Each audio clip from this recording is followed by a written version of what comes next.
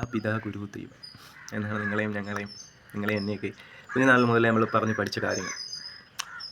അപ്പോൾ ഞാനിത് പറയാനുള്ള കാര്യം, നമ്മുടെ ട്രിവാൻഡ്രത്ത് ഒരു സെക്രട്ടേറിയറ്റിന് മുന്നിൽ 10-25 ദിവസമായിട്ട് ഒരു സമരം, സമാധാനപരമായിട്ടുള്ള ഒരു സമരം നടക്കുന്നുണ്ട്.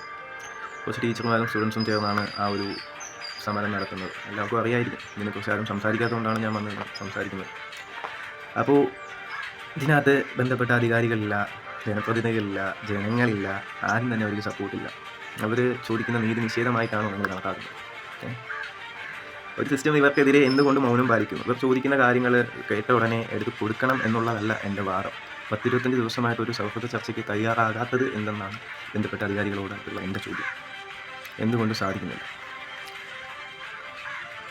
അവർ അതിന് എലിജിബിൾ അല്ലേ? ഈ സിസ്റ്റത്തിൽ നിന്നും പഠിച്ചിറങ്ങി 10-20 കൊല്ലം ഉറക്കമൊഴിഞ്ഞ് പഠിച്ച് നീതി നിഷേധിക്കപ്പെടുന്നവർക്ക് മനസ്സിലാവും. പിന്നെ ഇന്നിവിടെ മിണ്ടാതിരിക്കുന്ന കുറേ ആൾക്കാരില്ലേ, ഈ സിസ്റ്റത്തിൽപ്പെട്ട അല്ലെങ്കിൽ ഇതിനെതിരെ സംസാരിക്കാത്ത കുറച്ച് ആൾക്കാരോടായിട്ട് എനിക്ക് പറയാനുള്ളതാണ്.